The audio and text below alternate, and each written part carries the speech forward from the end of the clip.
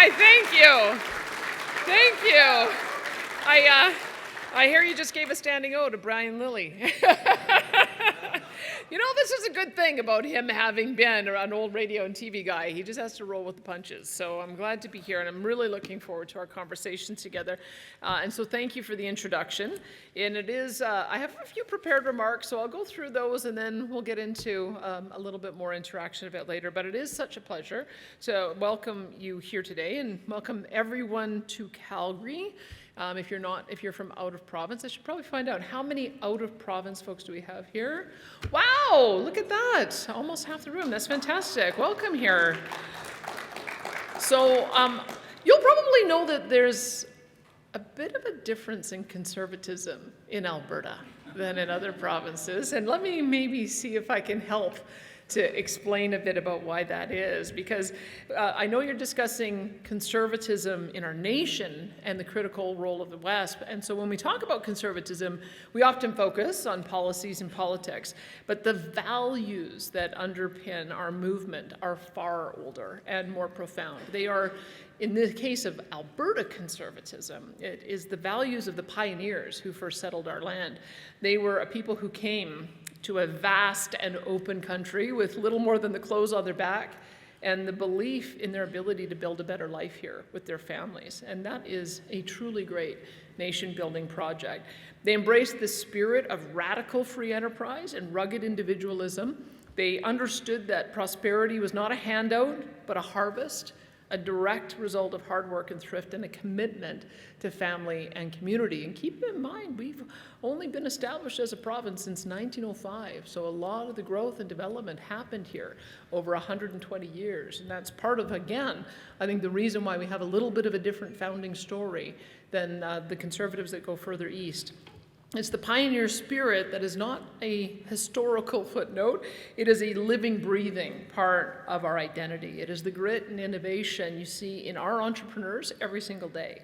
And these values, fiscal responsibility, limited government, and individual liberty, are the very values that allowed the West to flourish.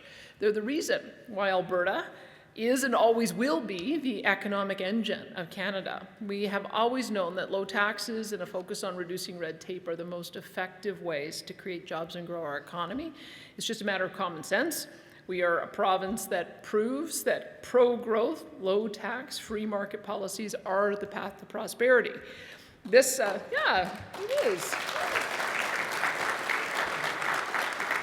And this prairie conservatism has always been about more than just numbers on a balance sheet. It is about a fundamental belief in the dignity of every individual and the power of communities to solve their own problems. It's about building a society where people are free not only to succeed, but are also encouraged to help one another when times get tough. We are a strong and free people, and we always stick together. The historical roots of these values run deep. The people who settled here faced immense challenges, harsh winters, vast distances, and a complete lack of infrastructure. They had to be self-reliant, but they also had to work together. And this balance between individual strength and community cooperation is the essence of prairie conservatism. It is a belief that the government's role is not to be a master, but to be a partner, to get out of the way so people can build their businesses, their farms, and their communities and take care of their families. Today, as we face new challenges, we have to go back to these foundational values. We have to continue to advocate for our people.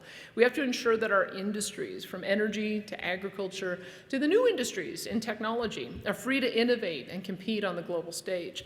We are a nation-building province, and we must ensure we continue to build for the good of all Canadians.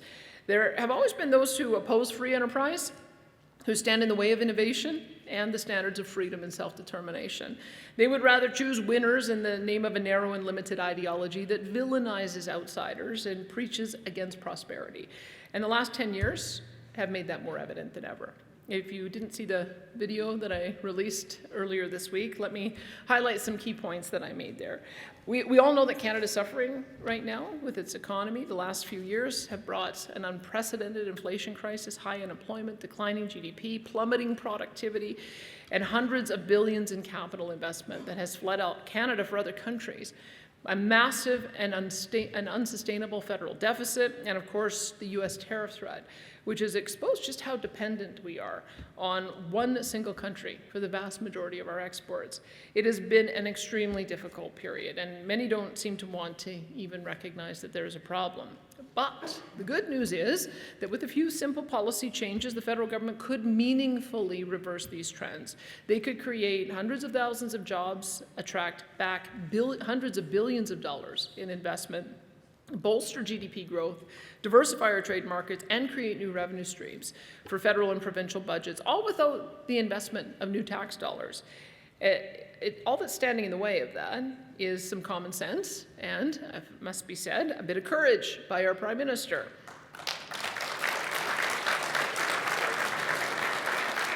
Because more than a century and a half after those prairie homesteaders came to our land, one thing is still true. You see, Canada has among the largest supply of valuable natural resources on Earth. On a per-person basis, our endowment of natural resources far exceeds China and Europe and Russia and even the United States. And it's not even that close.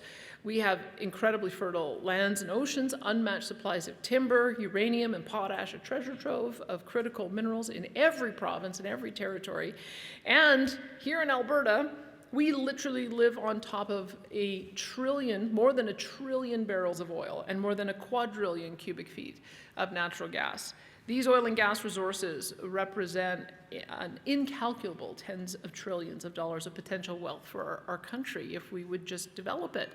And if we do, that means hundreds of thousands of new great-paying jobs, hundreds of billions in taxes and royalties that could be used for government services and infrastructure, and potentially trillions more in all of the spin-off industries that can develop, like AI data centers and petrochemicals, environmental technology, and a host of other industries that would benefit profoundly from the wealth generated from its development.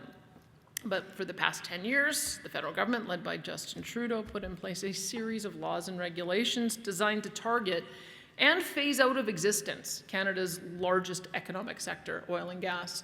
I know that in Ontario, they think the auto sector is the largest industry. It's not, it's oil and gas. We have about $150 billion worth of oil and gas exports that go back and forth across to the United States. But first, how did they do this? They made new pipelines virtually impossible to build through the passage of the unconstitutional C-69. We call it the No New Pipelines Bill. It had so much confusion and uncertainty and red tape that Canada earned a reputation as one of the very worst places to invest in the world.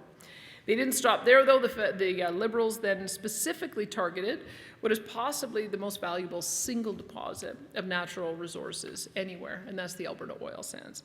They completely banned all oil tankers off the northwest BC coast, effectively landlocking a multi-trillion-dollar asset that would have enriched the lives of Canadians for generations. And then to cap it off, the federal government announced an impossible-to-achieve oil and gas emissions cap, or more accurately, a production cap that makes new oil and gas production effectively impossible. And if they stay with the stringency they're proposing, would mean we would have to shut in up to 2 million barrels of production by 2035.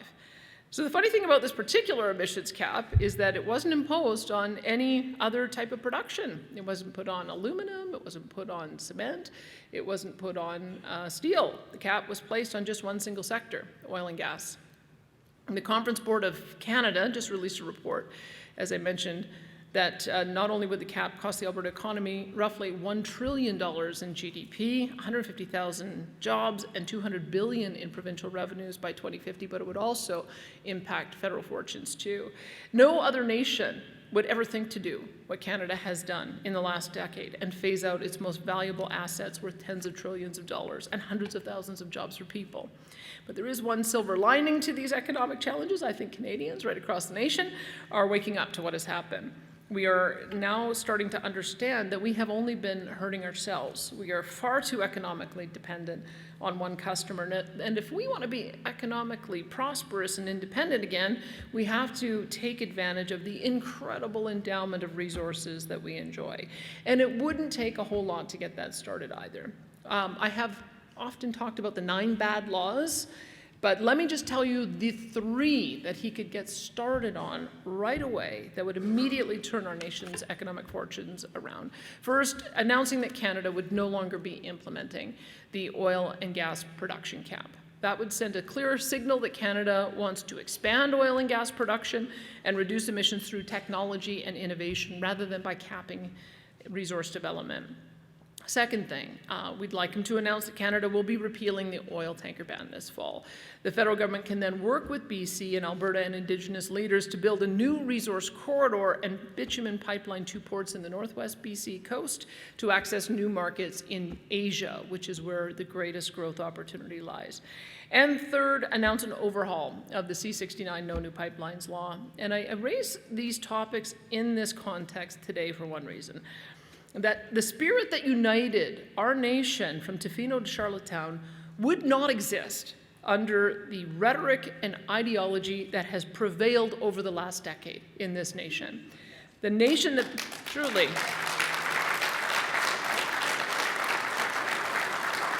the nation that built railroads across a continent could not have happened under the last 10 years.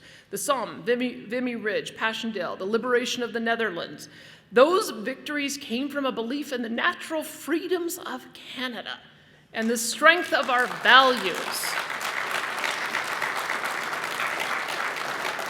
And we need to find that again. We need to restore the spirit of the homesteaders. We need to remember the farmers and the miners and the fishermen, the builders of railroads and the navies and the warriors who looked apocalypse in the face.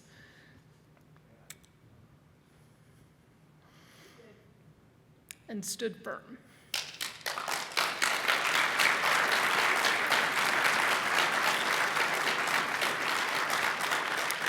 I am incredibly optimistic about the future of Alberta and Canada.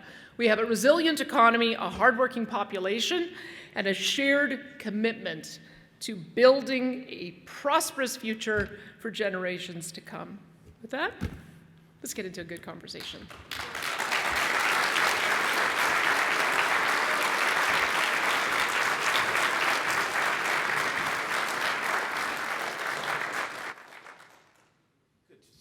Premier? Nice to see you. Belated happy 120th birthday to you. You're looking great. That's for all of you. That's not for Premier Smith. Big celebration, though. This is important. It is important. You know, as I was going around to it was very interesting that our birthday, September 1st, happened to fall on Labor Day. I saw you get some flack for that on social media. But you know what?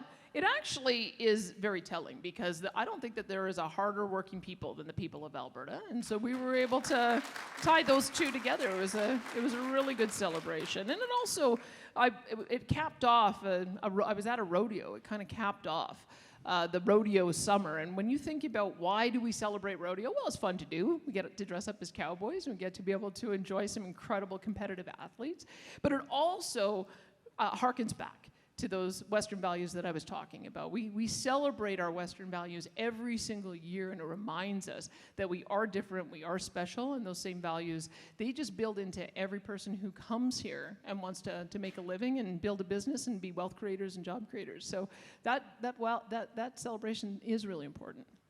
Last time you and I did one of these fireside chats, it was in Ottawa. I opened up by asking you, how does it feel to be a traitor? Because that's what people were calling Premier Smith. I think wrongly, and I told you that at the time. Now I'd like to ask you what it's like to have all the people calling you a traitor adopt your recommendations, your policies. Your policies that got you called that are now in vogue. Well, isn't the left funny, hey? That when a conservative politician says something, it's outrageous. But when the Liberal Prime Minister says something, oh my goodness, what a statesman. Isn't he being very reasonable in how he's approaching Donald Trump? Well, absolutely right. So I just can't believe you have to tell me how the Eastern liberal media is able to do those kinds of mental gymnastics, that they're able to wrong guy to completely go a 180 when the party that they tend to be aligned with says something, but they're immediately out there trying to criticize the Conservative for saying the same. Very similar to you speaking to Ben Shapiro, which I thought was very smart. You went down to Florida, talked to Ben Shapiro, and then, what happened the next day? He's speaking to his audience of 9-10 million people, telling them that the tariffs on Canada are a really bad idea and this shouldn't be happening. But you were pilloried for that. The Liberal cabinet was supposed to hear from the president of the Heritage Foundation and the guy behind Project 2025 this week, and CBC described that in the most, well, very nice tones. Isn't this smart? Well, we met with the Heritage Foundation when Donald Trump first got elected, because we knew that the Heritage Foundation was one of many different influential groups on him. And we wanted to understand what kind of policies he was advocating, to see if there was some way that we could frame the way our talking points and our interests in terms of the U.S. president's interest. You probably also saw that they had to hire a high-priced consultant to teach them how to talk to Republicans. Well, but they were all Democrats. Well, this is the absurdity, I think, of what we see at the federal level. They were so in the bag for the Democrats that they didn't bother reaching out to find out who the Republicans were. I can tell you, we have a tremendous Washington office. It was led by James Rajat, now led by Nathan Cooper. And our approach has always been, you got to talk to the Democrats, because if the White House has a Democrat in, they pull from the governors and the House of Representatives and the Senate from their side of the aisle. So you've got to meet all those guys. And then same in the reverse, you have to know who the future secretaries are going to be. They have not done any of that work in the United States at the embassy level, and so now they're playing catch up. Whereas I was on the air at the same time you were through Trump 1, and so I spent a lot of time studying this guy. I spent a lot of time trying to understand why he does the things that he does. I read his book. I read Lighthizer book. I even read a little bit about his favorite president, McKinley, so that I could understand what it is that he's trying to achieve. And that's far, far more powerful. Part of the reason I also talked to Ben Shapiro's audience is that I wanted them to stop talking as if Canada wanted to be the 51st state. And so I don't know if it got reported. May have gotten into trouble. Like, these were people who flew across the country to go to this Purdue. Is it Purdue? Prager University. Prager University event. So these are some of the most well-heeled supporters of the Republican movement. And I said, do you know what happens if Canada joins? You have just added another California, and there will never be another Republican in the White House. What are you thinking? And I think that the calls for us to become the 51st state ended up subsiding quite a bit after that. But then it was, okay, well, does Alberta want to join? And you know what I say? I say, I do not want to trade an overbearing government in Ottawa for an overbearing government in Washington. Let's not forget that as bad as Justin Trudeau was, Keystone XL was also canceled 5 seconds after Joe Biden got elected as the Democrat president. So we have to make sure that we're asserting our economic case, regardless of who is in the White House and regardless of who is in Ottawa. But I just wanted to let you know that was also one of the other reasons, is that what I realized with Trump is he is going to be influenced by the people who give his party money, who are his supporters, who are his job creators. He's not going to be influenced by me going in and saying, oh, poor me, you're going to hurt my businesses. That is not the way to talk to him. The way you talk to him is you talk in terms of mutual interest, and most importantly in the American interest. And there's a lot of American interest in maintaining their economic ties with Canada, but Alberta in particular. In terms of diversifying, I think repealing Bill C-69 is vital. You've long called for that, but in your video this week, you said amend it. Are you softening the language, or is there a reasoning behind that? What's the thinking? I think it probably should be a repeal and replace, because the reality is that the federal government does have the regulatory oversight over cross-border pipelines and cross-border transmission lines.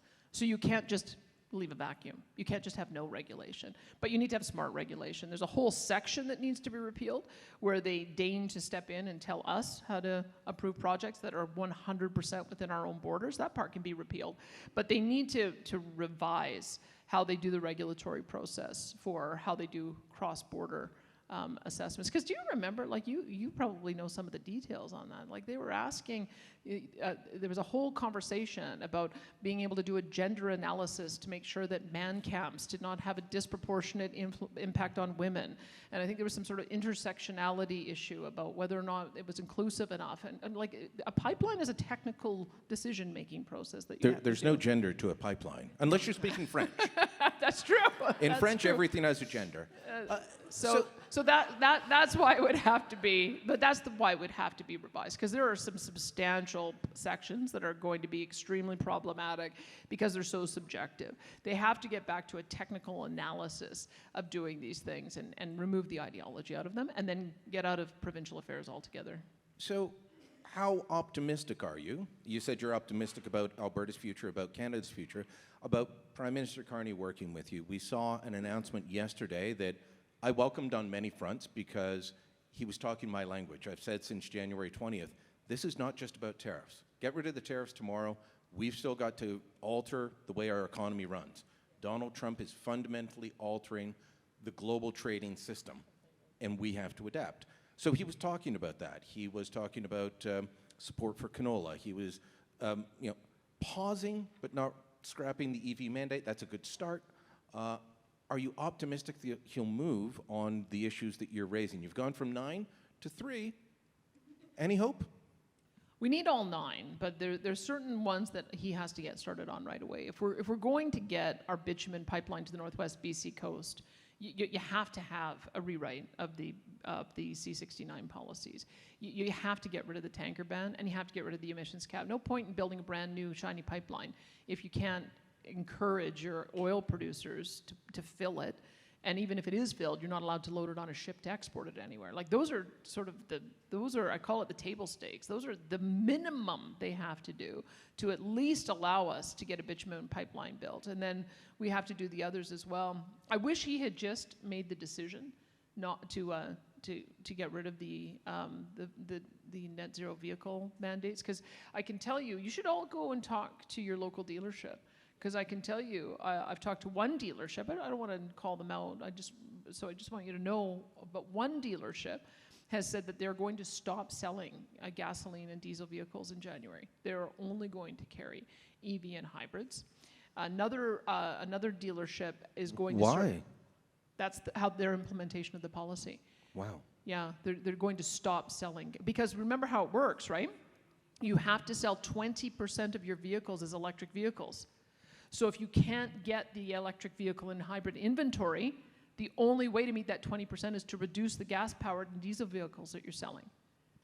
So Alberta buys about 200,000 cars.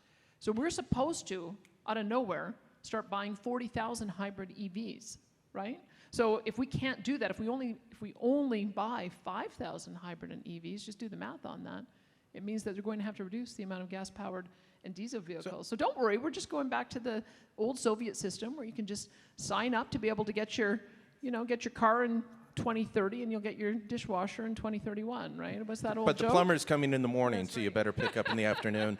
Old Reagan joke.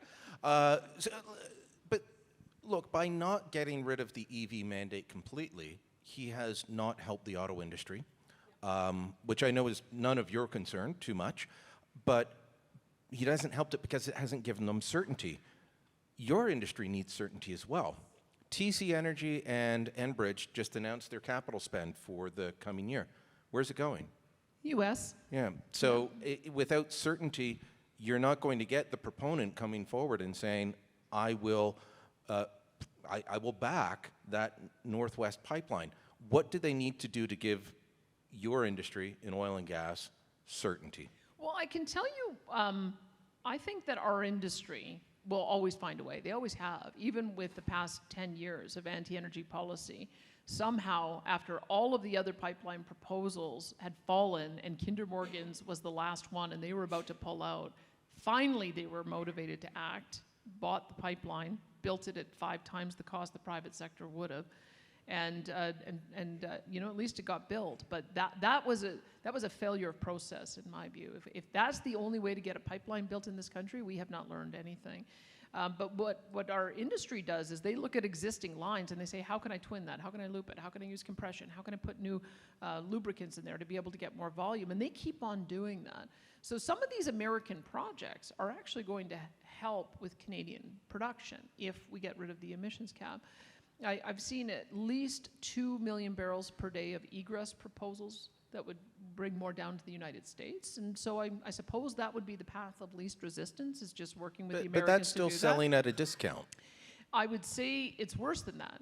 It's actually allowing, because what happens is they buy it at low price, gets down all the way to the Gulf Coast, and then some trader packages up and sells it to somebody else for a higher price, and we're not the ones getting the value of that. But it doesn't do anything to help us diversify markets. And this whole exercise we're going through is not to become more dependent on our U.S. neighbor, it's to be able to find new markets. And the only way to do that is you have to be able to build to the BC coast to be able to access those markets. You had, last time I saw you was here at Stampede, and the next day you had Premier Ford standing next to you. I know that you've had other premiers step forward and say, show Alberta love, which was Premier Ford's message. How important is it for you and your province as you advocate with the federal government to be able to point to those other premiers, like you did at COF, or the polling that's come out recently, and say, look, the country is behind us. You can spend the political capital. And I think both of those are important. We did some polling, and I wrote a letter to each of my premiers to tell them what the support for pipeline development was in their province. And it's above 70% in every province, with the exception of Quebec, where it's still 58%. So it is still a majority there.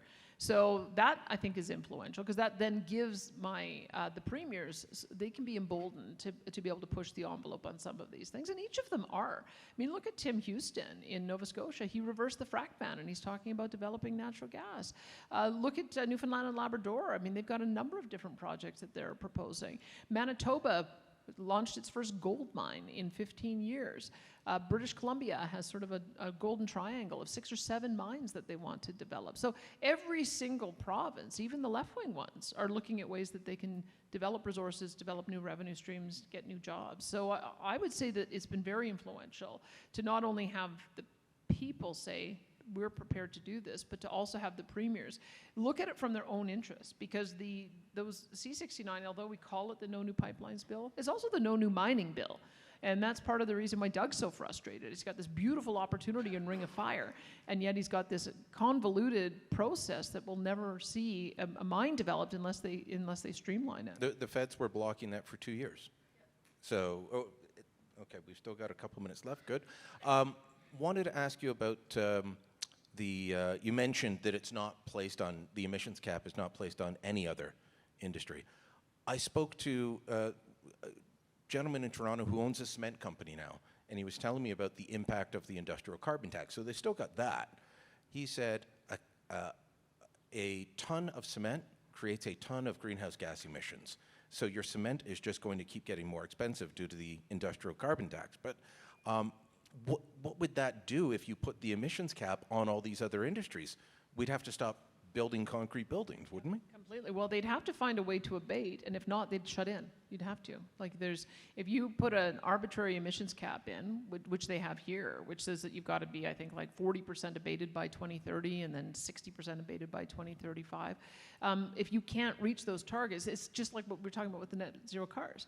If you can't build enough net zero cars, then you just have to reduce the amount of gas and diesel power cars that you sell. If you can't produce enough net zero cement, then you have to reduce the amount of CO2 laden cement that you produce. And so that's a spiral downwards. So we're getting very close to them having to realize reality. We're realizing reality here in Alberta, and if you look at Newfoundland and Labrador, look at the jobs numbers that just came out in the last week.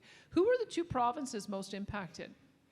Alberta and Newfoundland and Labrador are 2 oil and gas rich jurisdictions. So we are already experiencing the result of the last 10 years. Every other jurisdiction is not that far behind us. When you look at, if we had gotten Northern Gateway built, and Energy East, and Keystone XL, we would be producing 2.5 million barrels of oil more per day, which would be generating $55 billion in GDP for our economy, of which the various levels of government get 40%.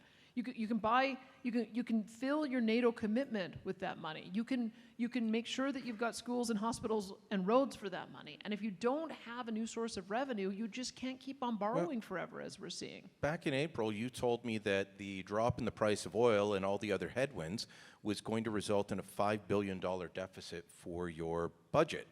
That was your prediction then. It was $7 billion. It's going to be. So how much so far money it's going to be? Well, I'll say last year, because oil and gas prices did help us out. We also got more production to market. We ended up with an $8.3 billion surplus. We were only expecting $300 million. So that's the good news of what happens when you have that volatility. But when it goes down on the other end, we were expecting oil to be 68 this year. It's not hit 68 very many days in the first quarter. And so if it continues on at this rate, for Western Canadian Select, it's at about what? It's 51? about $10 to $11. There's a differential, so you can normally price off what is WTI and then reduce it by $10 or $11. So we've been trending around $11 less than WTI. But if it continues at what we've seen in this first quarter, we're actually going to have a $6.5 billion deficit this year. So oil and gas is. And then the feds lose out as well, right? Of course they do, because if those companies are not profitable, the feds get their money from the corporate income taxes paid and the personal income taxes from the people who work in the industry, and they charge at much higher rates than we do. That's why we get our dollars from royalties, they get our dollars from corporate and personal income tax revenue. They're roughly equivalent, but they're just cutting themselves off when they cut off Alberta. And the other way of looking at it is everybody does well when Alberta does well. And Alberta has been historically happy to share the wealth. But what makes Albertans resentful is when we hear Eastern Canadian provincial premiers say, we don't want you to develop your resources, but keep sending us the money because we want the equalization. that is part of the frustration that we have. Last question for you, and then we'll let people get to lunch. I'll circle back to pipelines. Is Churchill realistic for you, for oil and gas, for either liquefied natural gas or for oil exports? Because that's one that the Prime Minister seems to be willing to talk about. It is, I don't want to discount the latest icebreaker technology, because I know that Russia's very heavily invested. I think they've got 30 icebreakers. So they have managed to use those to be able to get their product to market. We have none. I think the Americans have one, and it caught on fire a few months ago. So that gives you some idea about that's not good. How far behind we are. But it's our responsibility to be able to police and defend our north. And so I think that there's a good there's sort of good synergy between the economic interests we have and the defense imperatives that we have. So it could be useful, but there needs to be infrastructure built to be able to do that. So I think Churchill, or slightly south, because Churchill is also a tourism town, and so there is actually another little spin-off line that you could go that is just a port that is slightly further south, but it is also deep water, and they could do platforms there. And so we want to talk with the Premier to see what corridors make the most sense. But for sure, if you were able to build new rail infrastructure, highway infrastructure, port infrastructure, gas pipeline, a bitumen pipeline, and have the icebreakers to be able to make sure that you could have that exported more than 6 months a year, because I think it freezes over in November and doesn't thaw until May. That's the consideration, is a 6-month transit route going to be economic for anyone to do that, or does the icebreakers make it a 12-month transit route? And if that's the case, yes, because then you go up and over to Europe, and you can go up and over to the East Coast. So now you can start feeding the East Coast refineries, so they don't have to import from Saudi Arabia and Venezuela and other places. So I would say that both of those are viable options. Going all the way, the proposal from Energy East, maybe not so much. When I talk to the industry, when they look at the economics, they say the very first priority would be going to the Northwest BC coast. But we still have to figure out what the economics look like for Churchill. All right. Despite some headwinds, I'm with you. I'm optimistic for Alberta's future and Canada's future. Premier, thanks so much. Yeah. Thanks, Brian.